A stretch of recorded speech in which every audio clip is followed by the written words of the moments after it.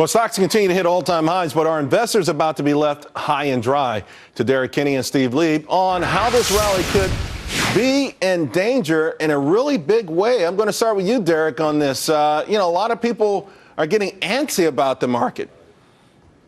Charles, right now the market looks pretty good. My kids like to go to movies, and here's the comparison to the economy. As we watch these 3D movies, I think about the glasses they wear. Some people wearing their economic glasses right now, the movie is It's a Wonderful Life.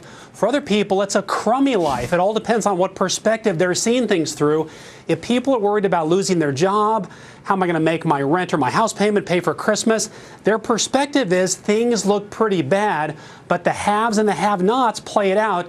The haves look at this as a big economy and ways to make money. I think the economy looks pretty good right now. We may see the market keep going higher and higher, as scarier as that is to believe. Derrick, though, a lot of people are looking at the economy with beer goggles on. I mean, it's like, to them, it's ugly, and the only way to get through it, there's no way in the world there's a correlation between what they see out their window and what they hear in the news every night.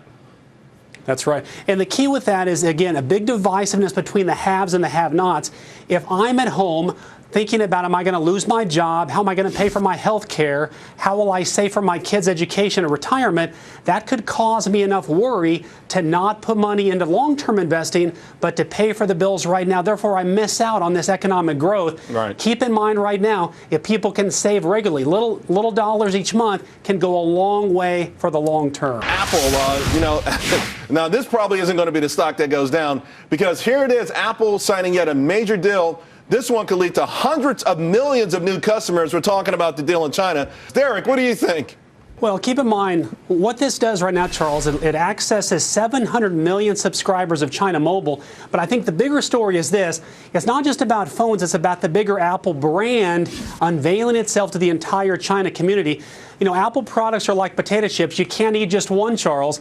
It perpetuates itself. At our house, for example, it went from a phone to several other devices. Right. Apple is a great booming brand, and we're likely to see many more people buy just not the phones, but other products. You're talking about the halo effect, and right now we're talking about the nightcap effect, Derrick. I got to ask you, what are you looking for tomorrow?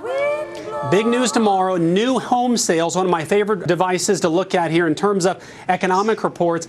And keep in mind, not just new home sales, but what does it say for inventory about how many homes are on the market? That could lead to higher prices. So goes housing, so goes the market. We've seen it for the past couple months. Derrick, is there anything that right now would raise a red flag with you? Oil or anything else that would say, you know what, maybe we should pare back just a little bit?